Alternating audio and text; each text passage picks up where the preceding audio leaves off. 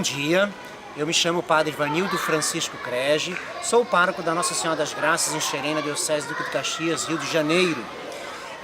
O Colégio Paroquial Jesus Maria José, na atualidade, ele começa de uma conversa junto a uma família, numa visita que eu fiz na comunidade Nossa Senhora de Fátima.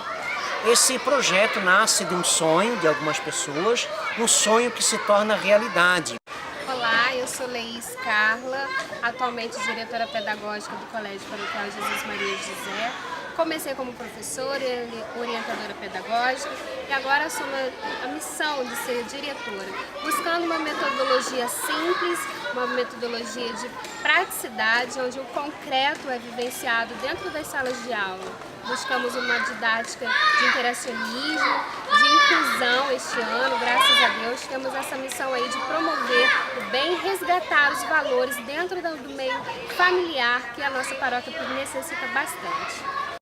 Olá, eu me chamo Maria Manuela, sou membro da equipe de diretoria nomeada pelo Padre Ivanildo e atuo aqui no colégio na área administrativa e financeira.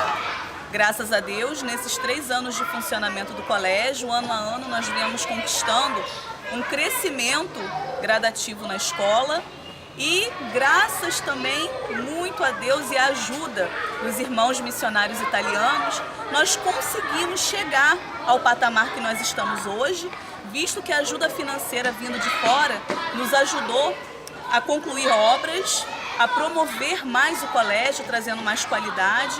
Hoje nós temos um total de 32 funcionários efetivos no colégio e temos um total de 196 alunos no colégio. O maior desafio a nível pedagógico hoje, na realidade de Xerém, é fazer com que os alunos permaneçam num lugar gostoso de se estudar.